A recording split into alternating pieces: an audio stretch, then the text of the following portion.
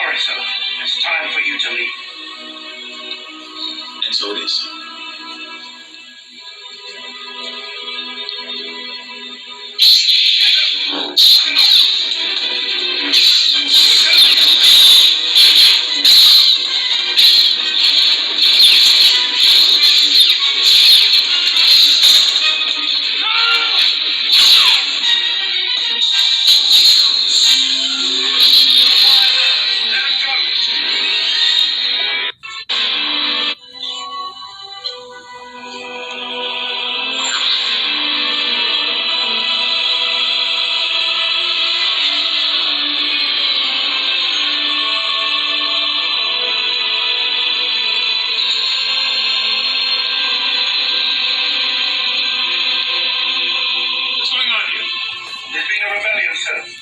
Don't worry, the situation is under control. I'm sorry, sir. It's time for you to leave. And so it is.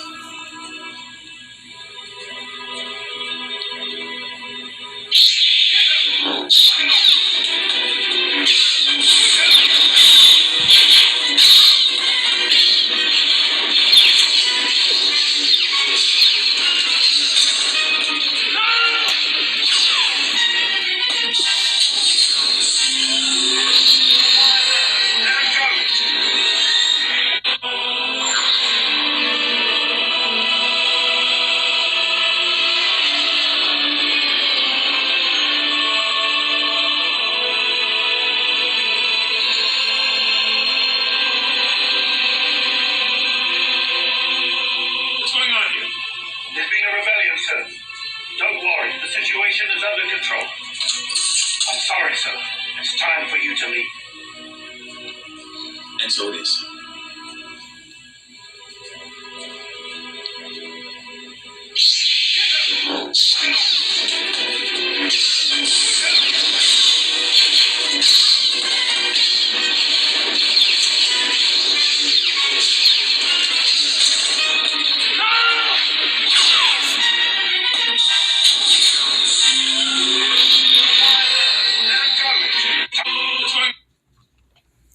Shalom.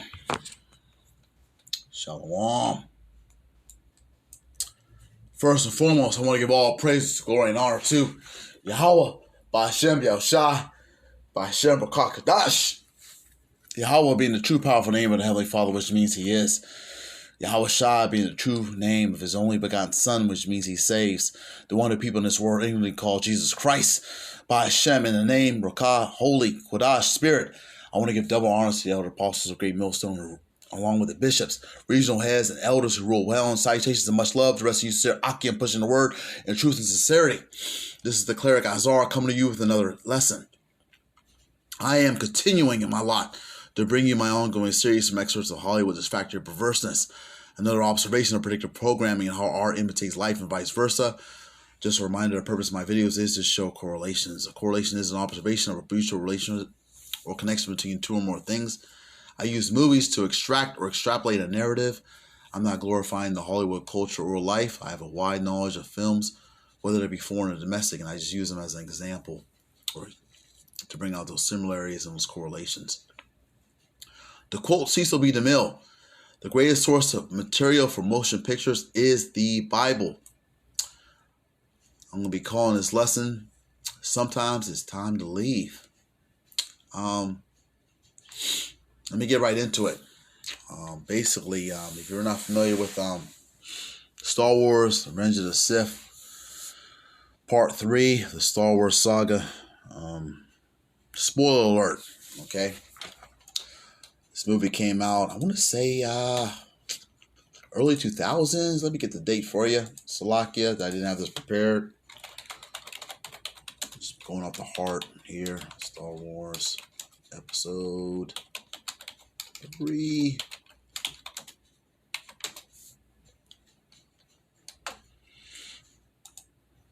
Okay, this was directed by George Lucas. Release date was May 19, 2005. And let me get right into it. Now, basically what happened was, man, boy, you got to really get into the Star Wars saga to understand this. I'm going to try my best to explain it to you. Okay, The Jedi are the good guy, the Sith are the bad guys, okay? So the Jedi were the peacekeepers of the world, the galaxy, the universe, whatever. The Sith were the ones that were trying to take control of the universe, the galaxy, whatever, okay? The Sith were behind this particular lie against the good guys to control their agenda.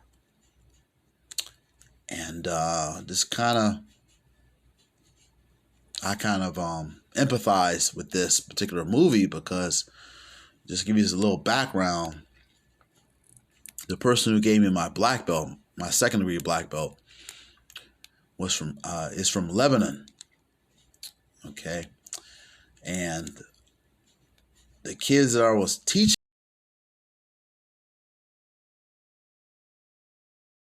the seed of Amalek, the seed of Edom, the seed of Esau.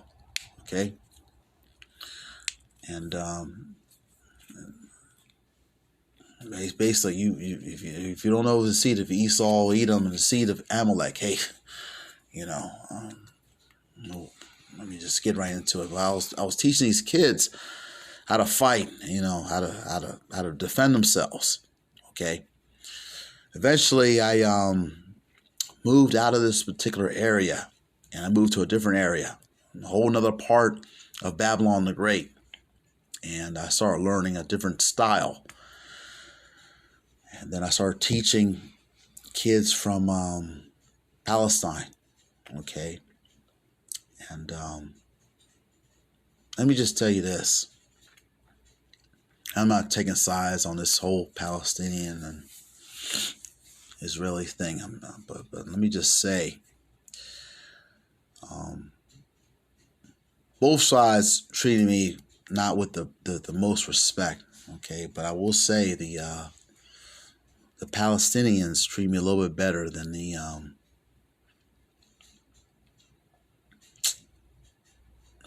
seed of Amalek, the seed of Esau. Okay. Well, anyway, one of my kids, I was teaching. He had tried to talk to me about Gaza, and he was trying to tell me about Palestine and everything. And this was probably back in 2009, and I was probably only a year into the truth. And I was trying to explain to him, I was trying to explain who that land really was, and he understood, and he didn't buck up against it. He listened, but he was a really good student. And basically, in this particular movie, Bail Organa is the stepfather of Leia Organa, or people who watch Star Wars. He's the stepdad of Princess Leia, okay, who eventually becomes the female interest of Han Solo, who's played by Harrison Ford. All right. And so anyway, in this particular scene, the lie has been told about the Jedi, and the Jedi's trying to take over, and they're doing X, Y, and Z, and they're the villains. Meanwhile, they're really the good guys.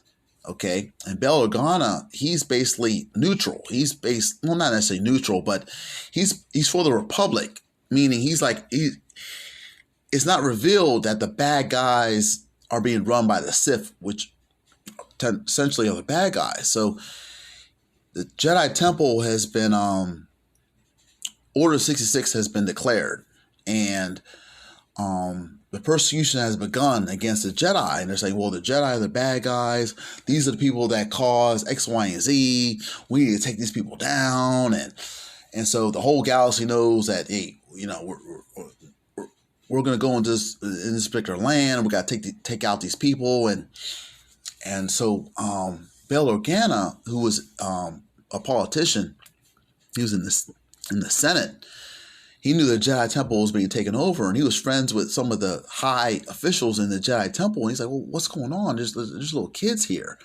There's women and children. What's going on? So he flies to the Jedi Temple to see what's going on. Slack it.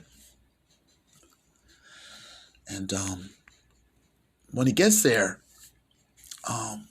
you know, they're not known as stormtroopers yet. They're just known as clone troopers because they're clones.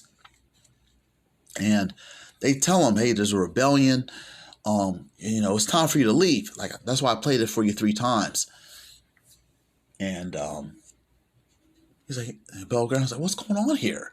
He's like, there's, the clone trooper's like, hey, there's a rebellion. It's time for you to leave. You can't be here.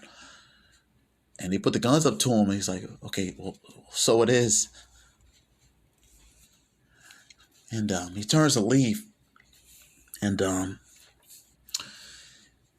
George Lucas's son, the creator of Star Wars, he's the one playing the Jedi that jumps over the clone troopers to fight them off. Because he's trying to show them.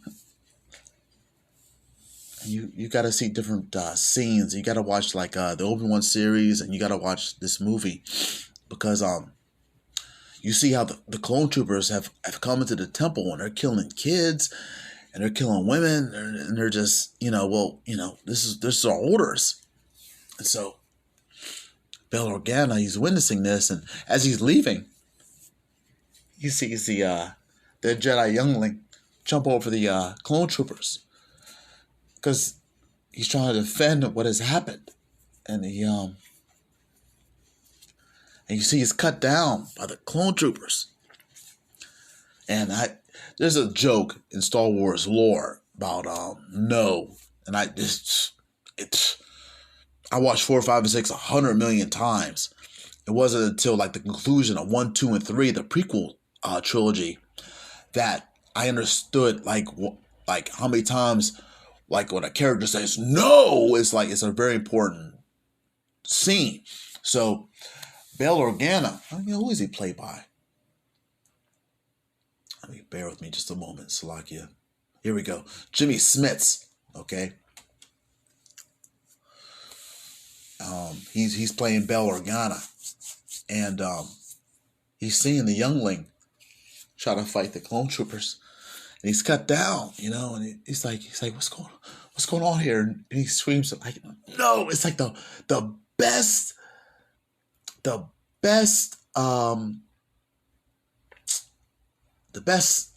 would say, for all the no scenes in the saga leading up to parts 1 through 6, I personally think he's the best one that did it as far as saying no. All right, like Obi-Wan Kenobi said it, Anakin Skywalker said it, Luke said it. But for me, this scene really got me. Even like, oh my God, I want to say this is like 18 years ago, and I was waiting to do this particular. I was waiting to use this particular scene for a lesson, and I was waiting for everything that's going on in Palestine and everything. This is exactly what's going on. It's like, well, and I'm not saying the land is for the Palestinians, because I know the land's for the you Jakes, you blacks, Native Americans, Latinos. Based on what I'm saying is, for what is happening, for the layman who don't know, that's all you see. You see these people, and they are innocent, believe it or not. But it's still not their land. But still, the way that Esau Edom is going about it, killing them. Oh, fuck it. It's quite unjust. Bail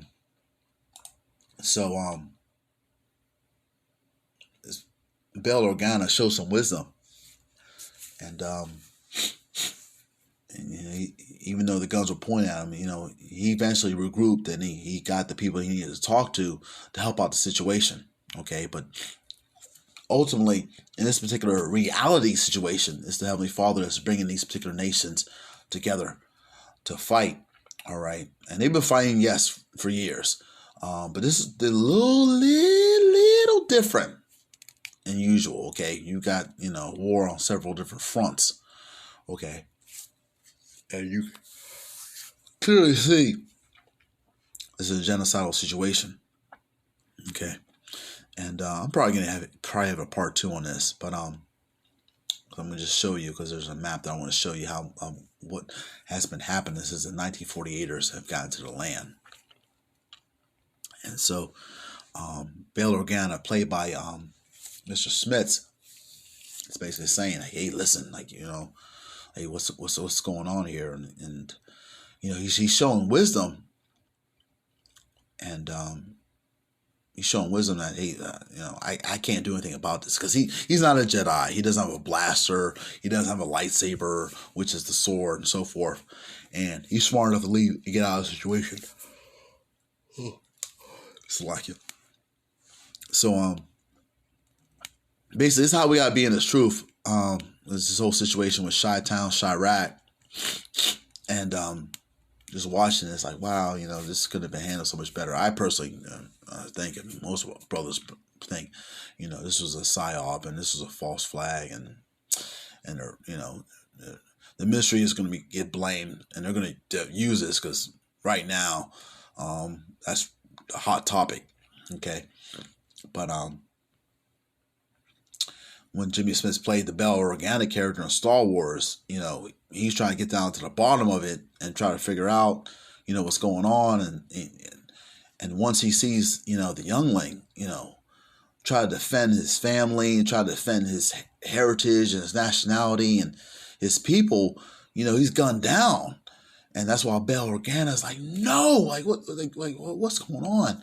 And, so the clone troopers, they know that, Bail Organa only knows so much. So that's why they let him go. And that's really, that's talking about you 2/3. All right, because you don't have a clue. I'm still talking to 2/3 of this day, and they don't know the difference between Hamitic, Semitic, Japhetic, and these words are being thrown around, and the average layman doesn't know the importance of it. All right, and that's a lesson for another day. But you so-called Jakes need to look it up. You are Jakes. It's like for me, it's calling you so-called, but and you Jakes have been scattered throughout the four corners of the earth. So you should be able to sit back and say,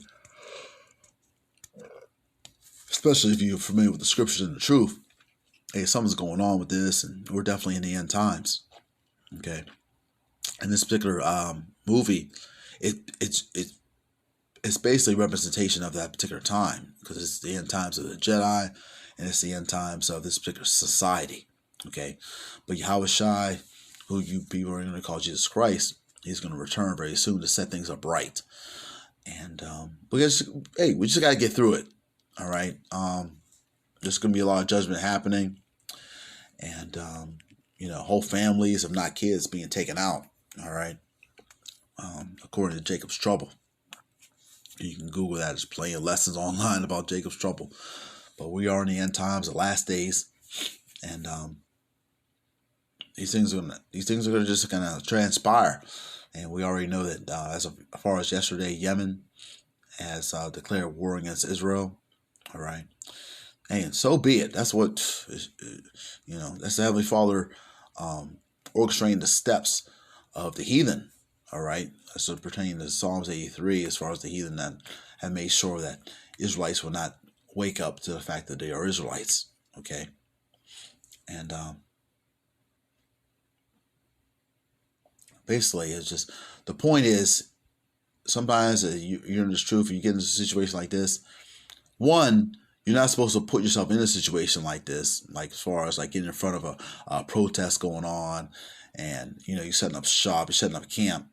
That's not the last thing you think about. You need to be like getting your followers together and say, hey, listen, guys, as far as this Saturday is concerned, we need to move someplace else. That's what the head leader of GMS Tampa did. Okay, especially around the Super Bowl time, because he knew it was going to get kind of crazy in that particular area, downtown. People were just drinking, they got their beads on and so forth, and they think they're Buccaneers and so forth. And people don't want to hear that, especially if you're not into the particular sport. All right, but I think I'm just going to leave it on that. I mean, like I said, there's so many different layers to this particular scene, but it hit me at heart, and I just had to do a lesson on it, because it just shows you how. Let me add on this. The water Yahweh Bashim Shai. At one point, the Roman Colosseum was burnt, because the so-called Romans at the time that blamed the disciples of the cross, all right, for coming down and burning that particular object, which is, I want to say venerated. I could say it wrong. It was worshipped or blessed by the Ishmaelites, all right, you so-called Native American, I'm sorry, you so-called Middle Easterns, I should say, okay, all right, but yeah, the so-called Middle Easterns, all right, because there's some that are, different tribes and so forth, and let it be known, there are Israelites scattered amongst these people as well, okay, all right, but like I said, the whole point of this lesson was just to let you know that sometimes you gotta leave, just like Bel Organa. He saw that there was a crisis happening. He saw that there was people getting killed, getting gunned down. Even though he's emotionally in himself and screaming out no, he still gets in this little car and he drives off. He's like, I can't do anything about this. And later on, he re-ups with Yoda and Obi-Wan Kenobi to develop a plan. All right, but I just wanted to share that and hope, I'm just, that's all we got to be in this truth, man, because there's no telling when that persecution is going to happen, all right, because in Order 66, they had the officers, like, rolling up their socks, covering up their tattoos, different armor where you wouldn't even see, and eventually they came with a, something other than a clone. They actually, clone these particular human beings and so forth to enlist in their army, okay?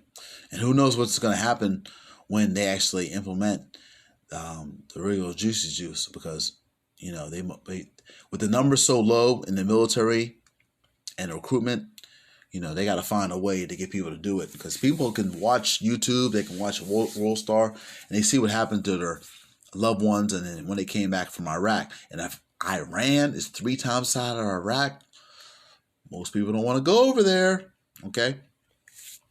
But I hope I really hit the points off correctly. I just want to share that. Lord willing, this lesson was edifying. I want to give all praises to Yahweh B'Shem Yahushua, who gives me the strength of the spirit to continue to strive and endure in these last days. Shalom to the hopeful elect, and on to the next video.